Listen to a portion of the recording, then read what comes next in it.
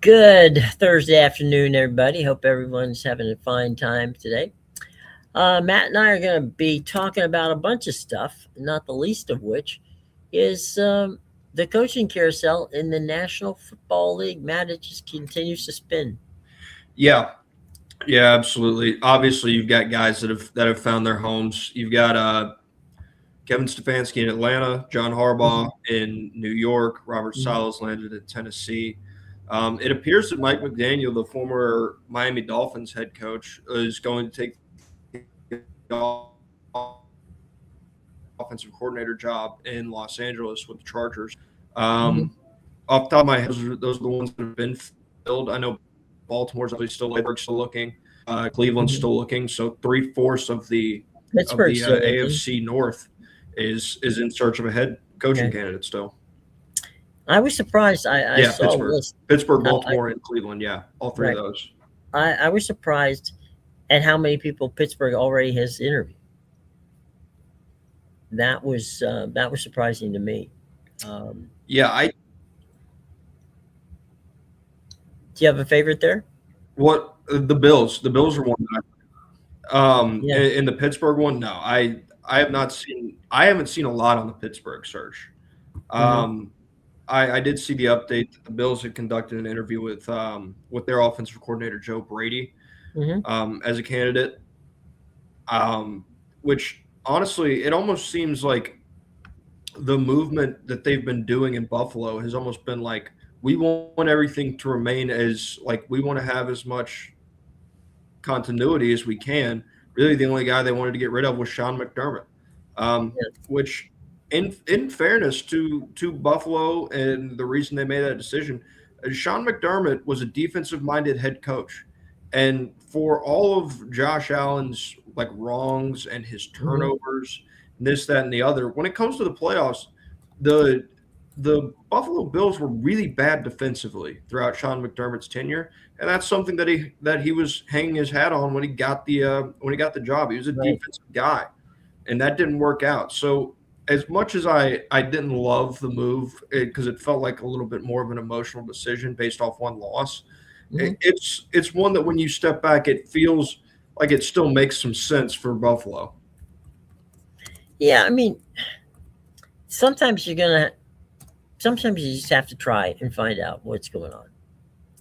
And for them, I mean, look, you could make that same case for Harbaugh. You could make that same case for Mike Tomlin. You can make that same case for a lot of people. Hmm. Just sometimes a change of scenery does not only the team good, but the coach is good. So Yeah. you do what you got to do, and I think that it's a crapshoot. But I don't think we've ever had anybody here that has been that good. Um, you know, uh, in a long time. I mean, if you look at the coaches, you got three potential Hall of Fame coaches just standing outside, and forget about you know Belichick down in now North Carolina. Yeah, I don't think Mike Tomlin's going to return to coaching this year. I don't either. That seems to be the general public messaging around it. I know that he went and spent a couple of days in Athens, Georgia, after he stepped down from his position. His daughter's on the gymnastics team, I Yeah. believe, Hmm. at Georgia. So he's down there. He watched some basketball. Obviously, watched his daughter with the UGA gym dogs. Um, I don't think he'll return. I did just quickly look it up. It appears that Mike McCarthy is one of the ones that they are targeting in their head coaching search, which I They think is meaning Pittsburgh. yeah, which I think is an interesting case because I don't hate Mike McCarthy Mhm. as a head coaching candidate. I just wonder what direction you're going if you're hiring Mike McCarthy as your head coach right now in Pittsburgh. I don't know. Um, I know they left the door open for the possibility of the return of the number eight in Pittsburgh, Mr. Rogers' neighborhood, and I don't know. I mean, I don't know how much of that is window dressing or what. I know the first three guys that they looked at were all D coordinated. Yeah. Um, I wonder. You mentioned the you mentioned Aaron Rodgers and the potential of him coming back to the Pittsburgh Steelers, and I wonder if making a move for Mike McCarthy, if you did hire him as a head coach, is that what you're going after and bringing Aaron Rodgers back? Still, that's not a long-term play. I think that's what confused me the most about the way the Pittsburgh Steelers were constructing this roster this year. It wasn't a long-term play. It feels like they sold off younger, more valuable assets for older, aging assets that would kind of almost signal that you're going all in on a year. Mhm. And it wasn't a year or a roster where Pittsburgh could truly afford to go all in with Aaron Rodgers at quarterback. He played well at times, but he wasn't going to be a guy that I really think was going to lead you to a Super Bowl, especially not with that roster. And so, again, if this is the route they go down, is Mike McCarthy? Mike McCarthy, you have to have a plan outside of one more year of Aaron Rodgers, because Aaron Rodgers isn't going to just keep signing 1 year contracts to come back to you. Oh, by the way, he's not the Aaron Rodgers of old. He's not the same old quarterback that he used to be. Right. So they need to find some direction that they want to go in Pittsburgh, because right now it feels like they're lacking one entirely, and that's coming from the front office as well. Yeah, I mean, the Steelers haven't done this in a while, and I think that I talked to some guys in on Pittsburgh radio, and they were saying that there's been a real big push by the family, the ownership, that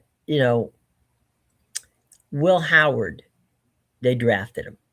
Mm-hmm. Obviously, we all know that Will got hurt. Mm-hmm. They like this kid. Yeah. Tomlin does not like rookie quarterbacks. Mm-hmm. The Steelers, if you look at their history, let's go back to Chuck Noll. Chuck Noll had Terry Bradshaw, Terry Hanratty, um, who else? Who am I forgetting? Oh shoot, Jefferson Street Joe Gilliam, all before Bradshaw was settled on. Okay, Mm-hmm. so Bradshaw actually had a year or two in the league with the Steelers because they kept rotating quarterbacks, and but then once they settled on Bradshaw, it went out. Then you fast forward to the years of Cower, and that was a Ben Roethlisberger deal, right? Mm-hmm. So rookie quarterbacks, or quarterbacks that have a year behind a player, seem to work out real well in Pittsburgh. And so, let me ask you this: you're Will Howard, you desperately want to play. There's nothing that says. I mean, I've seen everything I've heard and seen about Will Howard. A, he's a character guy. Mm-hmm. Okay. B, he can make all the throws. Mm-hmm. He's got the head for it. Smart kid. They like him a lot, and they figure, the organization figures, if we bring Rodgers back or somebody, that's a stopgap 1 year thing, and let Howard work behind him, because remember, Howard hasn't really even had training camp. He got hurt real early in that session. Mm-hmm. So maybe Will Howard is the next franchise quarterback of the team, and maybe, I mean, there's a lot of ifs and maybes in this scenario, but if Rodgers is willing to come back, he has been willing to prove it, and proved it. He's willing to help coach up young talent. Now, maybe that's the rationale of thinking about it. I don't know, but I do know that the Rooney family, they're really big on Will Howard. They're not getting rid of Will Howard. He ain't going anywhere. So, and they were kind of pissed that Tomlin didn't embrace the idea of Will Howard as much as they had hoped he would. Yeah, and I think that's definitely a right path to go down. I when you look down, I think next year, if my memory serves me correct, next year's quarterback draft class is going to be a bit better than this Hmm. year's. I Yeah, think by a pretty at least significant at the margin. top end. Yeah, at the top end. So while I understand why you may want to bring Aaron Rodgers back and have Will Howard learn for a year, for another year, by the way, because Hmm. he's been on the roster. This is a guy who's been there. He's been learning. So as long as he's physically back, then Hmm. you would have no reason not to play him. Um, I would question why would you not play Will Howard this year? And if you have a belief in Will Howard, then you're going to make acquisitions around him to make your offense better. Like Jalen Warren's a solid piece in the running back room. DK Hmm. Metcalf is obviously good, and I think their tight end room's solid, but they're still lacking something on that offense. And I An do offensive think, line would be one of them. Okay. yeah, yeah, and I do think the quarterback position has been part of the problem in Pittsburgh these last few years. Hmm. But why would you not let him start coming into this year? And if even I'm not even like in order for this idea to work, I think you have to be able to strictly evaluate a guy regardless of record. Like you have to be Hmm. able to go in and look and evaluate who he is as a quarterback and where you see his development over the time that he got there and where he is at the end of the year and like give him a fair evaluation. But when Hmm. you go through that process and you get a full 17 game season out of Will Howard as your starting quarterback, you know what you're looking at. Then you can go into the draft, and if he was really good that year, then you're probably not going to be in a position to draft one of these guys. And if he wasn't good like that year, and like record wise, Right. then then you'll be in a position where you can draft the guy going into the next season, or maybe you're in a position record wise where you really like what Will Howard did, but there were some glaring issues around him. Hmm. And if you're still in a rough record position, guess what? You can draft help for Will Howard at the top end of Sure. that draft. I think there's ways to go. I'm just not sure that Aaron Rodgers coming back is one that benefits the Pittsburgh Steelers in the long run. No, and I would agree with you. I think what they're doing is holding him in the back pocket, just to say, look, we're talking. It Mm-hmm. doesn't hurt Rodgers, from a standpoint of if he still wants to play, and the Steelers decide, well, wait, we're going to move forward with Will Howard. It Mm-hmm. doesn't hurt him because at the time, he's got a steady opportunity to be in Pittsburgh. I I honestly, frankly, don't see. I mean, he's not going to be a backup quarterback. Rogers, he's not No. going to be a backup quarterback. So, could he get plugged in somewhere? Probably. But I don't know. I'm with you on the Will Howard thing. I like the kid. I think he's got hell of an upside. But you never know until you play, Mm-hmm. and give him a shot. He may be he's a lot like Bo Nix, so maybe he could be the next Bo Nix. I don't know. Yeah, Give him I a chance. think in terms of being a passer himself, Hmm. what he did at Ohio State far exceeds what Bo Nix did during his time at Oregon. I think he's a Hmm. much better passer than Bo Nix. Probably not as good as a runner Yeah. as Bo Nix, but in terms of what he can do passing, especially down the field, stretching a Hmm. defense vertically, I think he's significantly better than Bo Nix in that facet. Because I go back, he was really good. Like that Kansas State team, they were considered like dark horse teams coming Hmm. in when Will Howard was there. And then he gets to Ohio State in his one season at Ohio State. He's got the weapons. He goes out and he wins the football games and he wins the national championship at that. Once they got things clicking. So he is a guy with the physical tools, and he has done it on the biggest stage in college, regardless of whether he's at Kansas State or at Ohio State. Hmm. Hmm. And you don't get that opportunity often. Now, the other thing that's interesting on the Howard situation, Howard showed up for his interview with the Steelers wearing a Ben Roethlisberger jersey. Um, he grew up a Steelers fan. He's a Pennsylvania guy. Mm-hmm. He's a closer to Philly than to Pittsburgh, but he grew up a Steelers fan. So why would this is like hometown kid does good, right? Mm-hmm. If you give him a shot, it's I don't see what the downside is. Yeah, I with that aspect involved, that does make you wonder. Like you talked about how much the Rooney family liked him, Hmm. and I would say, based on their pedigree, the Rooney family has a pretty good knowledge of football and Hmm. understanding what's going on the field, to go along with all of their knowledge off the field in Right. terms of the business side of this stuff.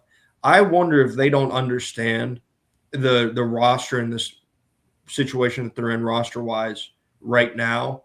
And maybe that's why they want to bring Rodgers back, because they don't feel like they're in a place where they can plug this kid in to succeed, and they want to see him succeed. Hmm. Um, and when kind of sheltering or shielding him from the poor results that are extremely possible with this current Pittsburgh Steelers roster. Hmm.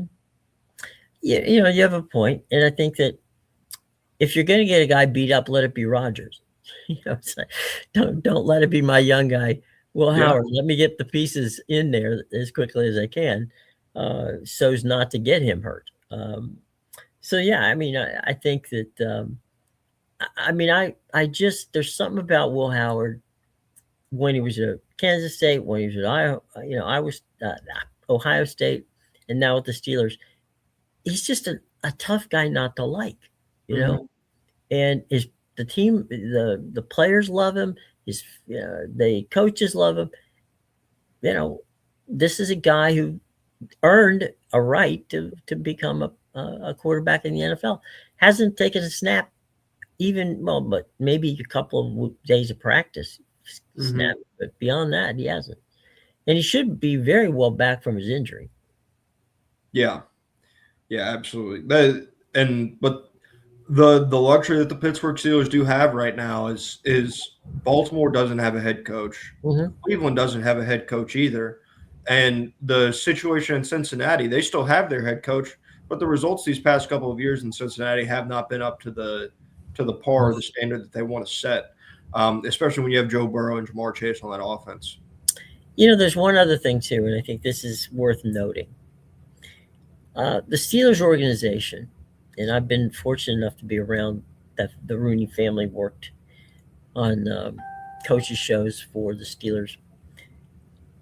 The Rooney family might just be the most patient family in all of sports.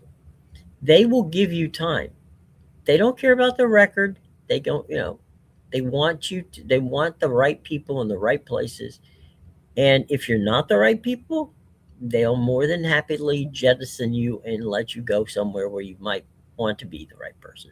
Hmm. But I do think that Will Howard, with the Rooney family, will have a much longer leash than maybe Tomlin would have.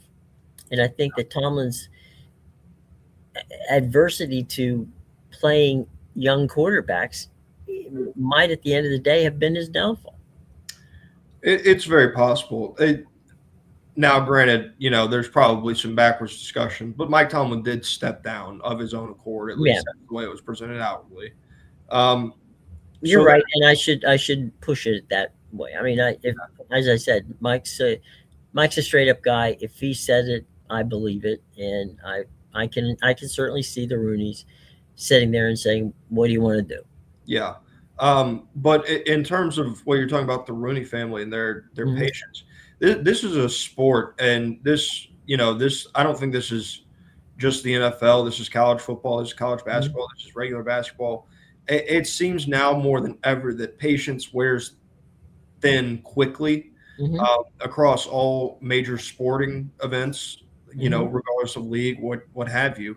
Um, Patience is a virtue. Like it's one of the oldest things. And if you Mhm. have an understanding of process over results, and you understand what a good process looks like, then in the long haul, it can end up, you're an organization that's only hired three head coaches in its tenure as a Since franchise. 1969. Yeah. So the understanding of a good process versus Mhm. maybe what the results you see are on the field is very important, especially for the Steelers when they're going into year one of a head coach, Mhm. uh, which will be out of the norm for them as a franchise. And the other thing too is their fan base probably certainly among the top three or four in all of professional football, and frankly in all of professional sports.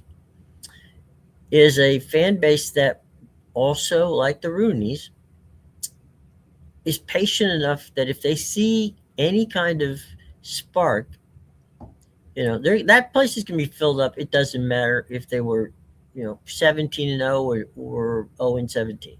They're Mhm. going to fill that ballpark up. Yeah. So that's something they don't have to worry about. Hmm. They're used to the Rooney's way of handling things, which is, as we said, patience. Patience, and you're absolutely right. Patience is a virtue that very few people have. And so I do think that it plays well to a Will Howard possibility, and I do think it plays well, I should say, to whomever the new coach may be. Now, Yeah. whether the new coach and Aaron Rodgers are a match, we don't know. Okay, all we know right now is the Steelers have Aaron's a free agent, but the Steelers have an option. Yeah. If the Steelers choose not to use the option, then obviously he can go out and find wherever he wants to play, Yeah. which I think is going to be tough to find for the 43-year-old quarterback. Well, I would figure that if it's not the Pittsburgh Steelers, then it's retirement. And even if the Pittsburgh Steelers come calling, I think there's a very good chance that Aaron Rodgers still chooses retirement this He offseason. could, he absolutely could, and to be honest, it wouldn't be the worst idea. No, no, it wouldn't. His mind's still sharp, and he's still got the ability to play Hmm. football. All that does factor into it, but it's a guy who has seemingly struggled for, I would say, at least the past 5 years, as far as Hmm. when I've really noticed or paid attention to it. I think with his want to play the game, I don't question his love for the game. I question how much he wants to play the game of football. And I think a good portion of that want has disappeared for Aaron Rodgers. Well, I mean, you can't help but he went from an MVP to nobody wanted him, Yeah, and he goes to the Jets where all quarterbacks go to die, and that doesn't work. But you knew that wasn't going to happen the moment he signed the contract.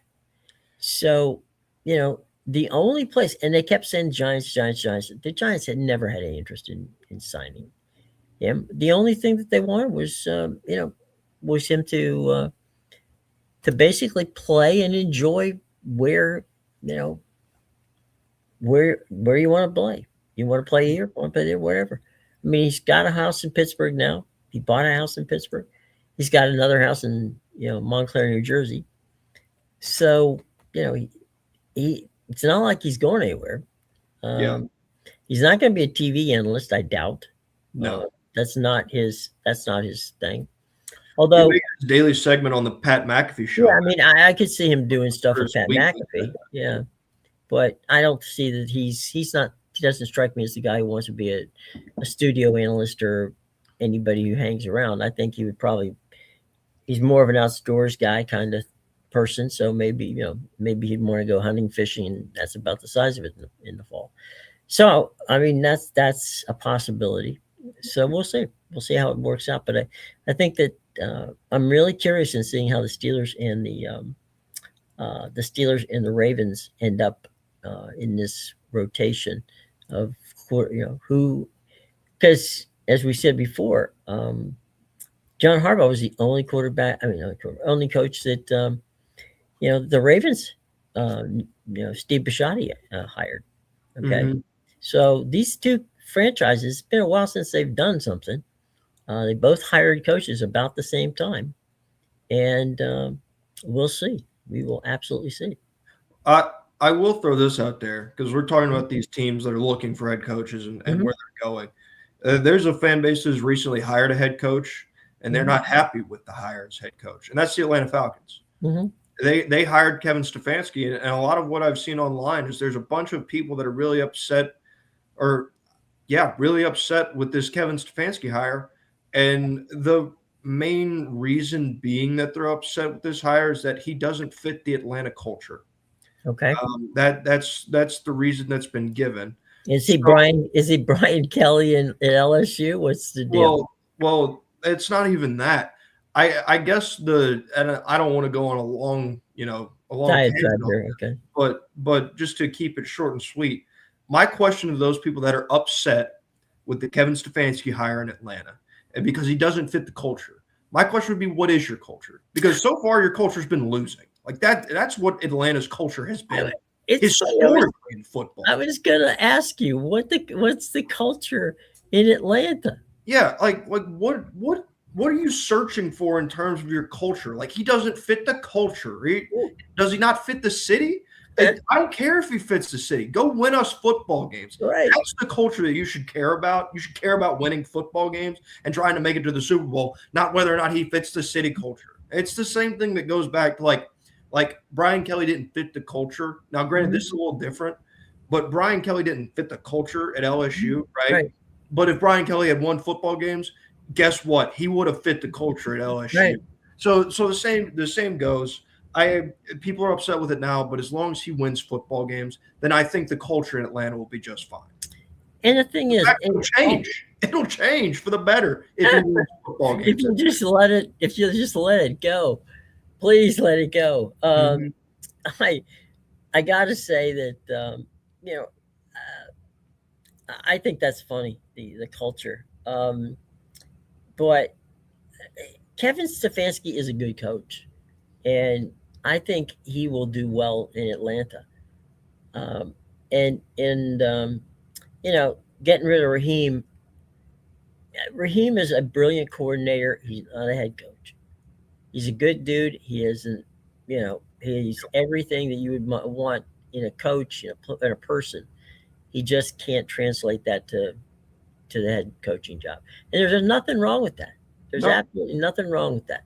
There are guys who are career coordinators, and one of them just got hired down in Tampa as a special teams guy, Danny Smith. Danny's been he's 72 years old. He's been with the Steelers for 40 years.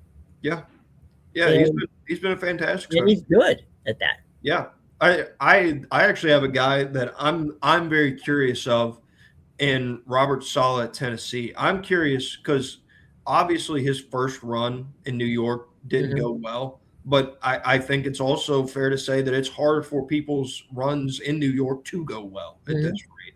Like the way those franchises, well, I say the Jets go. Right. So I'm curious to see his results in Tennessee. It's obvious that you can be successful in Tennessee. Mike Vrabel was successful in Tennessee. They have a little bit, as shocking as it seems like they have a better commitment to winning football games than the New York Jets do. That's not a high bar to go over. No. I don't think you can jump it. You can walk over it. But I think the thing about Tennessee is they've shown some patience at times, and at other times they've shown impatience. If they're patient and they let him decide how the game's going to be played under him, then we may be all if you're a fan of Atlanta, you're going to be happy because he's going to be a good guy. I don't get it. I don't really understand why people get pissed off at that. Hey, that's why they print menus, I guess. Yep. All right. Nothing going on in the portal. We in the pre-show today, you said nothing major is going on. It's pretty much, to my knowledge, I don't think he's announced his commitment, but Duke quarterback Darian Mensah is obviously in the portal. And the portal window itself is closed for everybody except for Miami and Indiana. Right. Which they had a new I think it's like a week-long window or something like that opens up after your final game. Right. So that opened up for them, but I think you've already seen all the movement that you're going to see out of those two programs for the most part. And in terms of Indiana, it was just Alberto Mendoza going to Georgia Tech. Yeah, let me ask you, because you keep up with this stuff. Do you have any latest rankings on who did well, who's done well so far in the portal? LSU did fantastic. I don't think that's any surprise. That doesn't make me happy, but go ahead. Yeah, I don't think that's any surprise to anybody.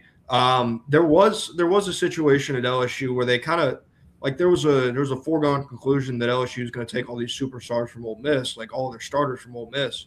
And in reality, what they got was Winnie Watkins and Prince Will Unmanmielen. Prince Will's a fantastic edge rusher, one of the top players in the portal. So getting him is good. LSU has built that defensive line fantastically. The reason that I think LSU will be successful under Lane Kiffin is Mhm, going to stem. I get it, like the hype around Lane Kiffin. Lane Kiffin wasn't successful in Oxford until Pete Golding got there and fixed the mhm, defense. The reason that Lane Kiffin will be successful at LSU is for as long as Blake Baker is there or a equal substitute is there, then that defense is going to be fantastic. And it allows you to take the chances that Lane Kiffin likes to take. And it allows you to run the offense that Lane Kiffin likes to run because he knows on the back end he's got a bunch of stoppers on that other side. mhm. That goes. They did that twofold. They did that in high school with the number one recruit Lamar Brown, and they did it in the portal. They got oh God, why can't I think of his name? Stephon Green out of Clemson. He's a big Yeah. defensive tackle. They got Prince Will Unmanmielen as well. They did a really good job defensively in the portal, and obviously they did what they were going to do on offense in the portal. They got Sam Mhm. Leonard. They got Winnie Watkins from Ole Miss. They got guys that supplement these pieces. I'm not sitting here looking at the rankings, and I can't pull everything off the top of my head, but Mhm. I'm going to assume that they probably went pretty hard on that offensive line in the portal as well because it was a big issue for them last year. Yep. And it's one of those things where you sit back and go, hmm, what's going to happen next? What's the next shoe to drop? And we'll find that out in the not too distant future. I think it's we're looking at something quite interesting. Uh, I what I will add in terms of the transfer portal because like yes, there's a path to success in the transfer portal, mhm. that being a way to build your roster. I I don't always love these teams that are, they're number one or they're number two or they're number three, your top five in these transfer portal rankings, because Mhm. what that indicates to me is that you have not built a base in high school recruiting on your roster. Right. You're pretty one deep at all positions. And you don't have a solid base layer on your team. I'm not saying that you can't be a good team because I mean, heck, Texas Tech is one. I'm pretty sure Texas Tech was one in last year's transfer portal rankings, and they Yeah. nailed. But what you do when you're in that transfer portal is you have to nail it. Like you have to nail pretty much You have no other choice. when you're taking all of these guys because you don't have that safety blanket of the guys that you recruited out of high school necessarily. Hmm. And then that can come back to bite you. I mean, when you look at Indiana and what Kirk Civetti did, there was some situations where they said, well, you know, he was criticized early on because he was portal heavy, and his response to that was, I got a job where I had not recruited before. Not to say he hasn't recruited, just that was the area he didn't recruit. Mm-hmm. So believe me when I tell you, as beautiful as Bloomington, Indiana is, and as wonderful as that football stadium is over there, it's not a big one, by Big Ten standards. Um, that's a hard place to sell, Yeah, but and you have to show now it's not a hard place to sell. no, it's not. And they did a really good job in the transfer portal this year too. They actually have the second ranked class. They're bringing 17 in. But again, what are your additions? Where are your hits? And at least in terms of the guys that are available and what they look like on paper, Hmm. they've nailed it in the portal again. I think Josh Hoover is fantastic. I think they're going to turn him into a first round pick next year. Like Hmm. I like when I was very impressed with Josh Hoover at TCU. I really liked who he was as a Hmm. quarterback. He's a really good passer. I think he got a little wild in his decision making from time to time, and it cost him some football games while he's at TCU. I think the coaching at Indiana is good enough to turn this guy into a top 15 pick in next year's draft. They Well. got Turbo Richard out of Boston College to come play running back because their running backs are 22 and 23 years old. Now Hmm. these guys aren't playing again in college.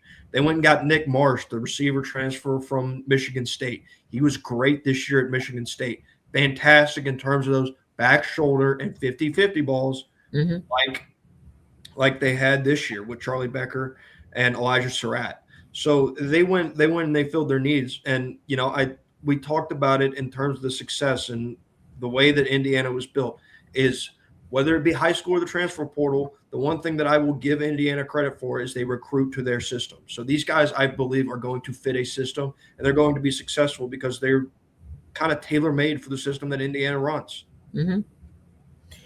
And again, eh, um, Arizona State did the same thing. They went out, they got a bunch of transfer portal guys, and now they can recruit in Arizona, in Southern California. In some regards, when you're dealing with Indiana, when you're dealing with Arizona State, it's a proof of concept. You Yeah, know, I'm the coach. I know how to coach. If I have the players, we'll win. yeah, And so I think that's proof of concept. You can't fault them because in both cases, they did really well. You know, yeah, and Kenny Denny, we love Kenny. He put together one heck of a football team. yep, yeah. He absolutely did. So, and I mean, as I'm not going to say, look, Arizona State is not Indiana, okay. But that being said, it's not they're not a powerhouse football school, although they've had some good teams. But I mean, hell, Indiana started playing football in the 1890s, and this is their first championship. So you got to give them credit in that regard. Yeah, absolutely. Yeah, they've done a really good job. They've attacked the transfer portal really well. Texas A&M. A lot of these, when you look at these transfer portal rankings, a lot of the times what you're going to have is at the top what teams spend the most money. Like Hmm. that's typically the way it goes. What I will say is while I think Indiana spends plenty, I don't think they're up there with the Texas and the Texas A&M and No, Texas no, Tech. Like they don't have the same budget. They don't spend the same amount of money, but they have a much better proof of concept than any of those schools that are paying these players, you know, millions of dollars to come play for them. I One thing that I did notice and I thought was interesting, just as like yeah, an overarching note on the transfer portal, is the and this is the numbers that I know for one position group alone. But I'm assuming this is something that spans throughout across different position groups as well. Is in college football, especially with NIL right now, when you don't have it regulated, there is a market for everything, right? sure, The market shift from last year to this year is a significant shift. Like they were talking about last year. You need like maybe $4.5 million to go get the top guys. Like this, there's there's industry believed like this certain tier of guys last year that was going to command $4 million. This year they're commanding six. Like right. that's a significant jump from year one to year two in terms of where these guys are at in terms of what they're getting paid.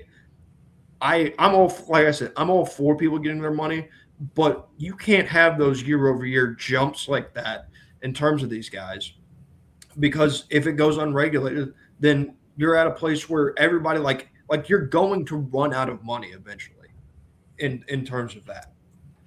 Yeah, I mean, there's only look. They've got Mark Cuban on their side, and Mark has been very judicious on how to spend.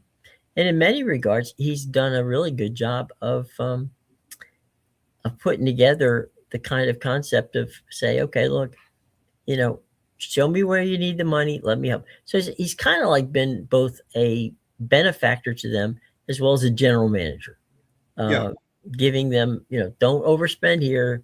Here's where we're going to put the money. And remember that Mark also that money from Mark isn't just for football. Mark is a massive basketball fan. hmm, Hell, that's the reason he went to Indiana. yeah, He was at Pitt and transferred to Indiana because he loved Bobby Knight yeah.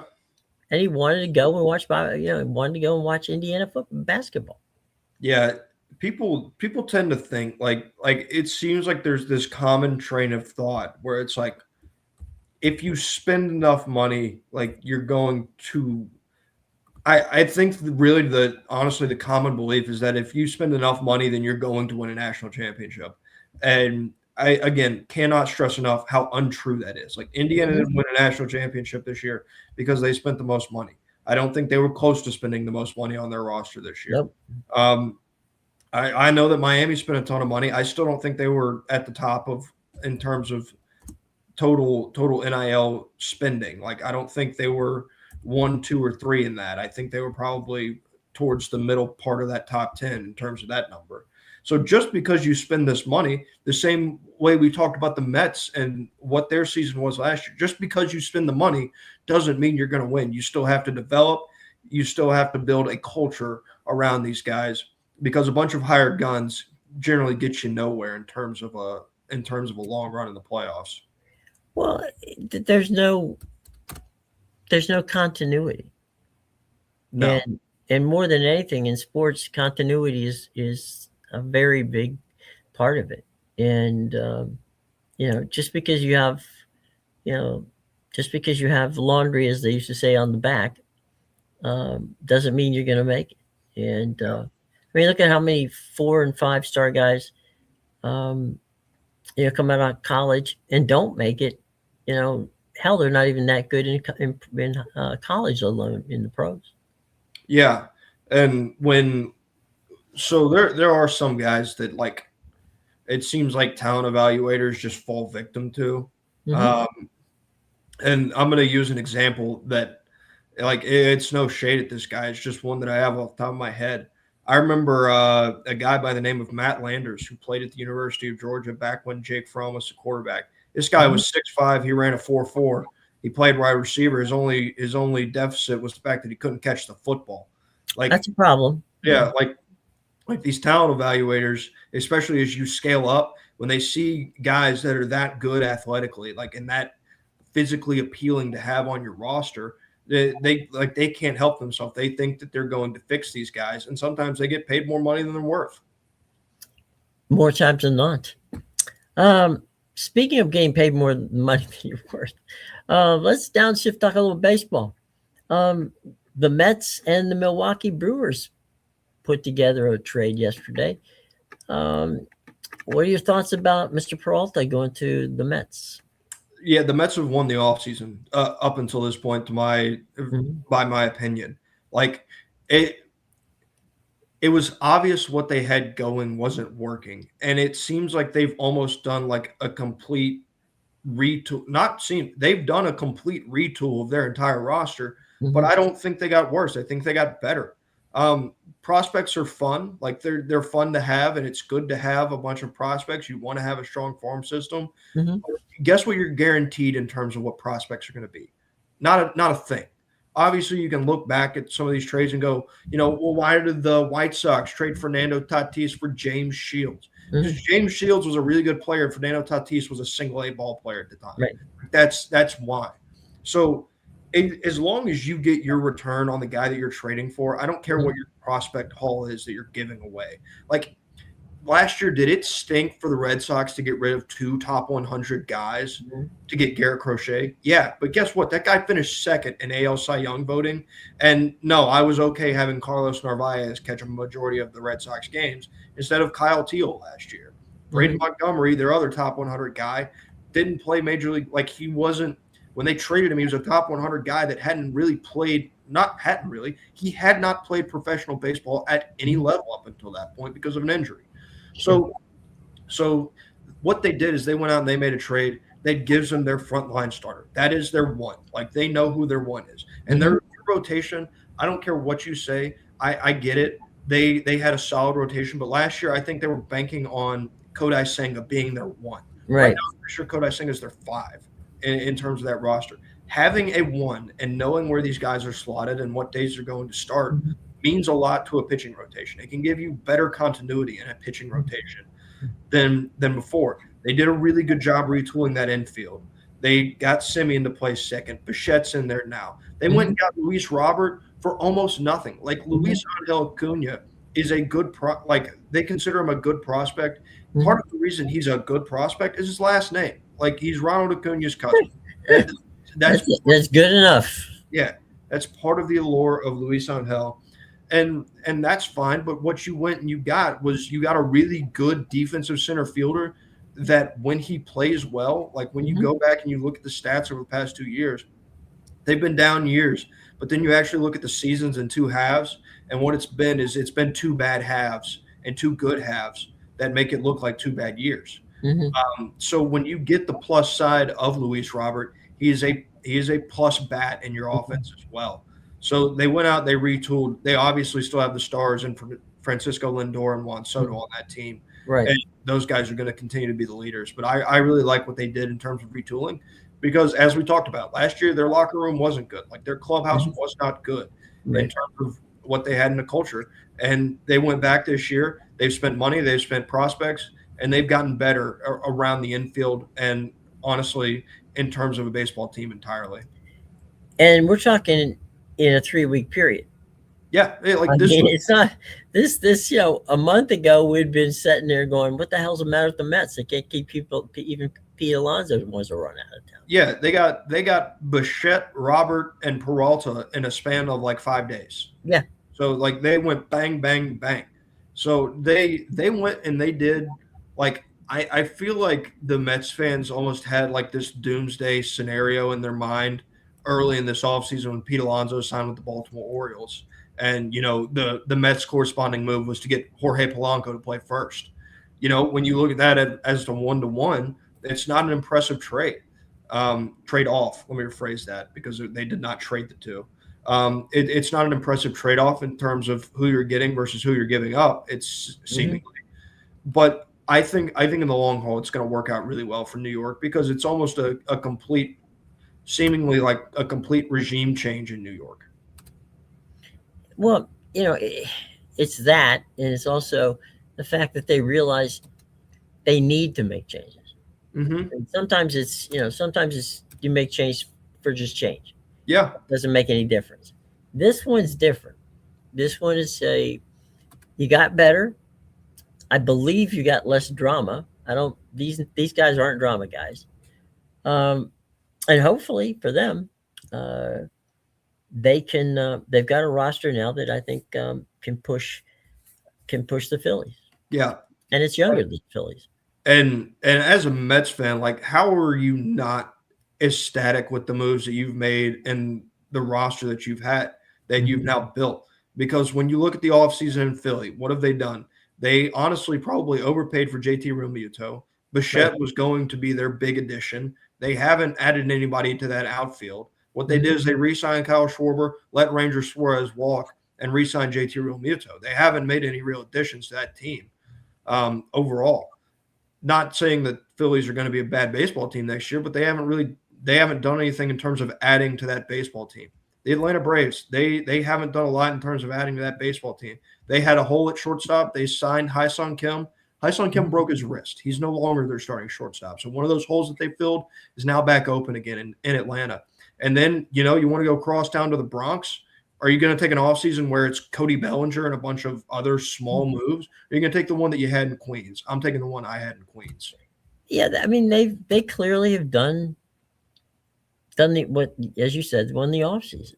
Yeah. Um, Winning the off season doesn't mean you're going to win the regular season, but it gives you a hell of a lot better chance. Yeah. I also would like to point out, like, I think their rotation still has a little bit left to go. There's a lot of rumblings about them and Framber Valdez, Hmm. which his market has seemingly dropped off the face of the earth, Hmm. dating back to last season and that altercation that he had with his catcher, where the catcher Hmm. tried to wave him off. Framber didn't step off. Framber threw a pitch. Trent Grisham hit a grand slam, and then Framber drilled his catcher in the chest plate after Hmm. that. That's tanked his market, and New York may be a benefactor of that because for all of the concerns you could have, in terms of like, does he necessarily mesh in the clubhouse? Like, what is this guy like character wise? In terms of who he is as a baseball player, Framber Valdez is a very good pitcher, and so he could still be a very valuable addition to what I think is still an incomplete rotation in New York. I think if they're not already excited, all they have to do is watch Freddie Peralta pitch one game, and they'll be excited. And I Yeah, say that because of this. He's kind of an old school, like a Louis Tiant guy. He's the kind of guy that walks out on the mound and likes to be the showman. And he's got little quirks and all these little things. I mean, I have a tendency, I enjoy watching pitchers, and Hmm. I think that the thing that is always, you know, I chuckle at times about it because you know that a guy like Peralta is doing this because he likes a pitching, Hmm. and b he just loves to intimidate the other team and get them off, off balance. And he, he's not. Is he a good pitcher? Yeah, he's a very good pitcher. Is he greatest pitcher in baseball? No, but he's going to win for you, Yeah. and he's a good clubhouse guy. Yeah. And so, you know, So he was a 17 win guy last year for the Brewers, and I actually listened to him do got to make the media rounds after you've sure. been traded to a new team. So I was listening to him. I don't know what podcast it was on. It was just a Mhm, clip on X, but I was listening to him talk, and he said there was an understanding with the Brewers in that clubhouse that when they had a day game, like mhm, people didn't even like it got to a point to where people didn't even ask. They knew they were going to Freddie Peralta's house after the game to mhm, like grill out or hang out or do something. yeah. So he's good for the clubhouse too. And as important as the guy is that will be on the baseball field, I think the guy that's going to be off the baseball field is just as, if not more important for the Mets. There's a funny thing that you brought that up. Guy Fieri from the Food Network, the guy who we know for guys grocery games and drivers, dive-ins and dives, um, did a drop in on Peralta's backyard, deal, and it was you wouldn't have thought that this was a professional football. I'm sorry, baseball player's home. I mean, it was just like your neighbor. It's just like you went over your neighbor. We're having a cookout. Everybody was in the pool having a good time, and and you're just sitting there going, "What a wonderful way to build, team team unity by proving that you don't need to be a star to, you know, to come over and just hang out." And the wives got together, and I mean, it brought them together as a unit, and I think they're going to miss that in Milwaukee. Yeah, I think Milwaukee, in terms of who they have as their manager and Pat Murphy, I Mhm. think he'll be able to I think that'll fill the void. I think he's a player's manager. I think he's a really good manager. Um, so I think that'll fill some of the void in Mhm. terms of what he left in Milwaukee. What I will add is while actually like just as we went live, about 8 minutes after we went live, Mhm. the Rangers made a trade Okay. with the Washington Nationals for Mackenzie Gore. It was a 5-for-1 deal. They sent over the prospects Gavin Fiend, Devin Fitzgerald, Alejandro Rosario, and I'm not going to try to say that first name, but his last name's Ortiz. He's a first Okay. baseman, now in the Nationals, formerly of the Texas Rangers system, Mhm. now of the Nationals system. Last name Ortiz, and Yeremy Cabrera, another outfield prospect. In terms of what it was package wise for the Rangers to get. Um, the third baseman Gavin Fiend, which is going to be, I believe, the key piece of this trade, was the Mhm. 12th overall pick last year. That's a good situation. I mean, it's good for the Nats. And Mackenzie Gore, um, I'm trying to. I watched him pitch, and the thing that the little thing. There are two things that bother me about Mackenzie Gore. First of all, there's no there's no downside to his arm. I mean, Mhm. his arm is a live arm as there is in baseball. He can throw it whatever. He can throw the pitches wherever you want him to throw the pitches. That's the mechanics are not his problem. His problem is if a guy makes an error and extends the inning, Mhm. he pouts. He loses focus. He gets the big innings that he had were in some regards self-inflicted because he was pissed because somebody didn't make a play, or something along those lines. He he needs to become more focused. If they can focus him in Texas, then he's a potential one over time, not now, but over time. He's got that kind of arm. But um, the new regime in Washington, I think they realize, you know what? If we can get a haul for him, he's not going to. There's no time soon he's going to help us win a championship. So send him to Texas. Yeah. The two things I'll add on to that is you talked about his focus. Mm-hmm. I'll also talk about his durability. Mm-hmm. Last year, early in the season, really high strikeout guy. Those Mm-hmm. numbers faded off in that second half of the year. He went from being a guy that may give you 7 or 8 Ks a night to a guy that's probably going to give you somewhere in the neighborhood 3, 4, 5 strikeouts a night. Sure. Like Yeah. those numbers tailed off with his arm in the later half of the season, which is something that that's fixed through repetition. That's fixed through pitching full Mm-hmm. seasons. Like that's where that comes from. It's not something that you just magically fix. Mm-hmm. And the other part of it is, if you're the Nationals and your competitive window wasn't this year or next year, like Mm-hmm. somewhere in that neighborhood, it made no sense to hold on to him because this is a guy whose contract is up in 27, and he's not going to have the same trade value going into a season where you may have a lockout and you probably will have a lockout. So you're not going to get the same trade return going into that 2026 year or going into that 2027 year Mm-hmm. that you would as you were to trade him this offseason. He had more value this offseason. Your competitive window wasn't going to open up this season. So there's no reason to hold on to him going into the lockout year where you're not going to get the same value for him as a prospect. Um, just a quick inside the locker room on the national situation. They cleaned house. Mike Rizzo and they got rid of the manager. Um, I think what the learners, well, not the learners, it's actually Mark Lerner at this point.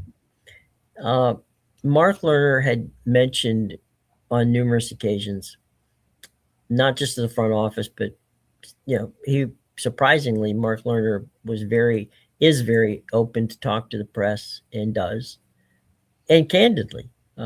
It's not like he gives you a lot of owner speak. And he said, look, when the baseball people tell me we are close, we'll go out and spend the money. But there's no need for me to go after chasing after Pete Alonso if A, Pete Alonso probably doesn't want to play here, and B, I'm just spending money to buy a bat. He Yeah. goes, when the baseball people tell me that we're ready to compete, we'll spend the money. Until that time, again, prove it to me that we're close enough to do that. And I think that has been that's been the learner's mo for a while. The old man Ted, who passed, um, he and Scott Boras were pretty tight, and he offered Bryce a 10-year, $300 million contract. And Scott goes, well, we're going to go to free agency. He said, fine. He said, it ends the week after Thanksgiving. It's on the table. It ends the week after Thanksgiving. Week before Thanksgiving, Boros and Bryce go down to Lerner's home in Palm Springs. They have dinner. They talk about it. They ask him what's the offer, and Ted goes, the offer hasn't changed. It was the same offer that when at the end of the season it was last year. $300 million, 10 years. Scott had visions that Bryce was going to be a $400 million player. Bryce signed a contract, I believe it was for 313 over 13 years. Now, you could argue that he'd take that contract because the team, that he didn't want deferred money, because none of that money was deferred. You could argue that point, but the following year the Nationals won the World Series, and Bryce was in Philadelphia, and then all the wheels started to fall off the Nationals team. Combinations of injuries and knowing that let's get rid of Juan Soto um, and Trey Turner and Scherzer because they're all agents. They're all Boris guys. They're not going to sign. You know, Mhm. we've given offers. They've turned them down. So let's if we have to blow this thing up, let's blow it up and build it back. So that's where they are, and so I don't know where the Braves are at this point. Um, it's going to be an interesting off season. Well, not off season. It's an interesting season coming up very soon, and we'll keep track of it. Mhm. Real quick, you just came back from Hawaii, Yep. and I'm checking the tournament live scores here, and our boy Scotty Scheffler is one shot off the pace through 13. Yeah. Yeah. Min Min Lu Wee, oh man, I should Min Woo Lee. There you go. Mhm. Is at 9 under through 15. Nobody's finished yet. No. Vince Watley's at on 16 at 9. Then Siwoo Kim is through 14. He's at 8. Scotty's at 8. John Perry's at 7. Doug Grimm is at 7. Harrison English is at 7. Ooh, 7's big. Zach Bouchot is at 7. And there's more. I have to scroll down to get to the 7s. So a lot of people within two and three shots of this tournament. Yeah, and it's been relatively easy regardless of what course these guys are playing on. They've all had fairly easy time scoring. But I mean, it almost feels like when Scotty Scheffler gets in a tournament and you see him have a day one like this, odds are he's probably not going to be the leader after day one. That's Mhm. typically not the way things go. But he's going to play the same level of golf consistently over the 4 days that Yeah. he plays on day one that other people aren't able to play throughout the 4 days. And that's how he wins tournaments. So when he has a day like this, you fully you're going to look at the odds and he's probably going to be minus money when it comes to odds to win the Amex after today. Mhm. And I'd recommend betting on him if that's something that you're into or thinking Mhm. about, because the consistency that he has shown. I mean, I watched him play a hole earlier today Mhm. where he dropped his driver on the tee shot and it went way right and he birdied the hole. Like, it was a par five, but he birdied it. It wasn't an easy birdie, but he did it anyways. Like, you go out and you make a couple good shots after one bad shot, and that's what he does. Like, Mhm. he doesn't make big mistakes, and when he does make mistakes, they typically don't compound Mhm. because of the way that he approaches the game of golf. There's an old saying, in golf that he's a grinder, right? And normally that's not necessarily something that people want to be called. But Scotty Scheffler called it on himself. He said, "I'm a grinder. I'm a guy who goes out. I forget the shot whether good or bad, that shot was made. I'm now worried about the shot that's coming up." And I think that was what makes Scotty Scheffler so good, is he's got that ability to forget the bad shot that he just hit, or for that matter, the good shot he just hit, and focus on the shot ahead of him. And he's a fun guy to watch. Yeah, absolutely. I mean, he's just like I I'm not sure. Like, people obviously appreciate the golf that he's played and how Mhm. successful he's been, Yeah. specifically over these last couple of years. But the approach that he has to the game of golf and the discipline that he has in the game of golf, like, it Mhm. doesn't matter how good some of these guys are, the ability to be as good as he's been for as long as he's been. And I would like to preface this by, as good as he's been, as long as he's been, he's still not close to Tiger. Like, that's Right. how good he was in terms of what he does. But the consistency he has to the approach, the way that he limits mistakes, it's so hard to do. Like, I think about the peak that Jordan Spieth was at, you know, Mhm. way back when, it feels like at this point in time, uh, back when he felt like he was going to win the Masters pretty much every year. Mhm. Um, and like, you see where Jordan Spieth's game has gone, and not that it's necessarily like not Jordan Spieth, like, because he still had some of the shots that he has when he was going good, but like, you look at, he's had to make major swing changes. Spieth has. He's coming back better into this year. Ricky Fowler, a guy who's playing better so far in this tournament than he has over the past couple of years, but he's a guy who was at the top of his game and kind of Mhm. lost his way and had to go like retrack and refind it. Mhm. So the ability to be this good for as long as he has been is a special kind of greatness that you don't get very often in golf. Uh, my only problem with this tournament is they play it on 3 courses, and That's so confusing. And it's hard to say what's going on because at the end of the day, you will those who make it to Sunday, they will have played all 3 courses, yep. and I don't know who came up with that cockamamie format, but it makes it hard on golf fans physically there, and on television it makes it a nightmare. Yeah, who's playing where? You don't really know, Right. all things considered. So it is tough, and also it like I understand that there can be similarities in courses, and that's Mhm. fine and dandy, but you're not all playing the same course. Like if I remember correctly, though, it is 3 days and then the cut, like instead of 2 days and Yeah. then the cut. Mhm. So there is that. So everybody has to play it, but you're not playing them. Now, granted, you can make the same argument for like morning versus afternoon tee times, but still, then you're playing the same course, stuff like that. You're not, different days can vary, I feel like, a lot more than an afternoon to a morning in terms of scoring I average. was going to ask you about that because for me, let's say, I get my luck of the draw puts me, um, on La Quinta 1, okay? Hmm. And that fits me perfectly. So I bolt out to a big lead Yep.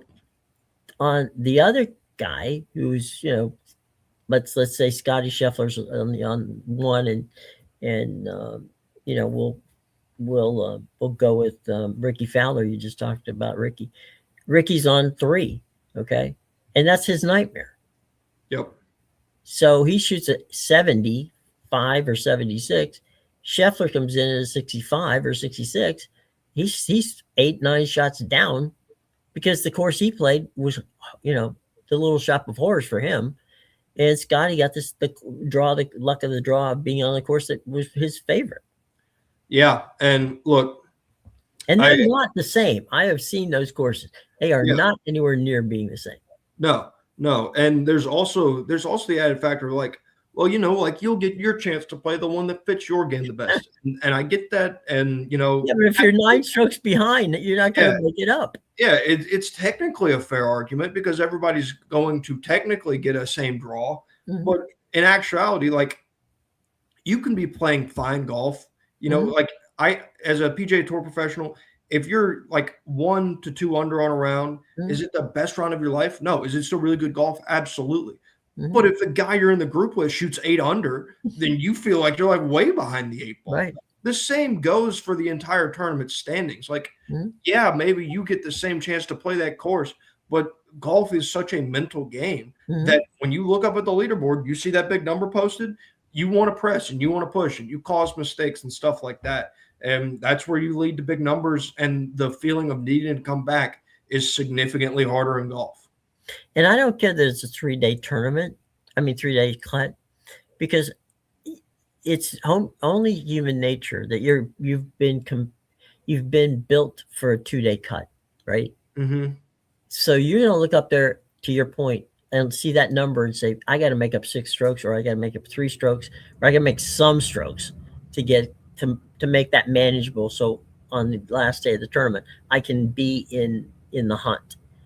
Um, and so again, to me, it's some sort of diabolical thing to play these on separate courses. I know over at Pebble Beach, which we're going to in a few weeks, Mm-hmm. they have 2 courses. Spyglass, yeah. Yeah, and and okay, I get that, but they usually play most of it on one of the two of them. Mm-hmm. The other thing that makes this both at times entertaining and both annoying is this is a pro am. Yeah. So you've got golfers out there that shouldn't even be out there, um, and it drags the thing on. Yeah. And focus, it becomes very difficult because you've got, if you've got somebody in your foursome who is a star of some sort, the fans are going to want to see that, and it's going to become an issue. So I get what they wanted to do when the Crosby used to be out there, and Bob Hope, which this used to be the Bob Hope Desert Classic. Hmm. I understand that was an entertaining situation, but it was hell for the golfers, and it hasn't changed. Yeah. Yeah. No. The one I think relief that golfers do have, because it's something that they've talked about a lot. Hmm. I feel like especially I noticed it last year, is they talk about the speed of the game in Hmm. twos versus threes. The one luxury that this tournament does provide them, they're playing in twos all 4 days. So the Well, that speed does of help. the game Yeah. is significantly different for them. And to Hmm. be honest with you, like there's most of the scores are pretty low. Like you've Hmm. got a lot of guys at so 3 under is T65 for this tournament right now. So you've got a lot of guys going low, and I would be remiss if I didn't point a little bit towards the pacing of the tournament.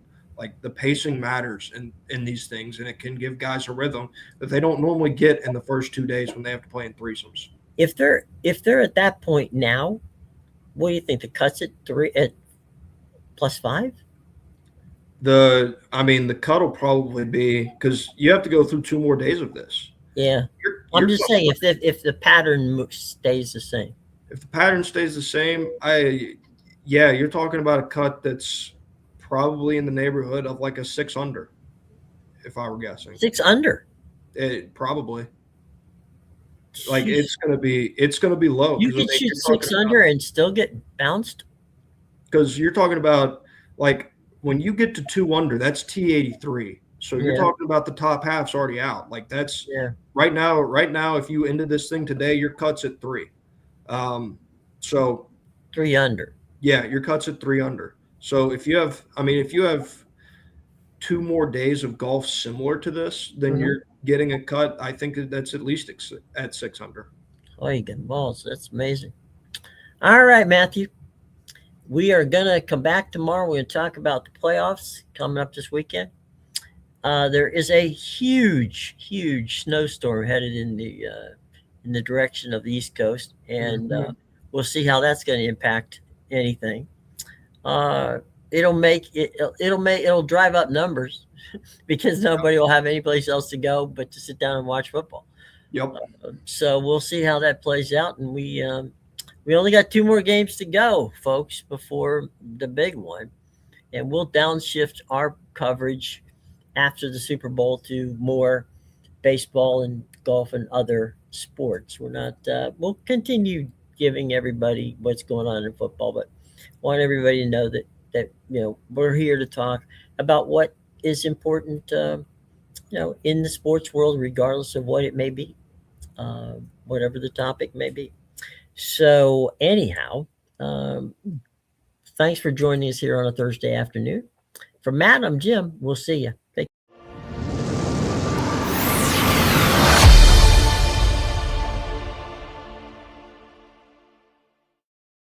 Man, if I saw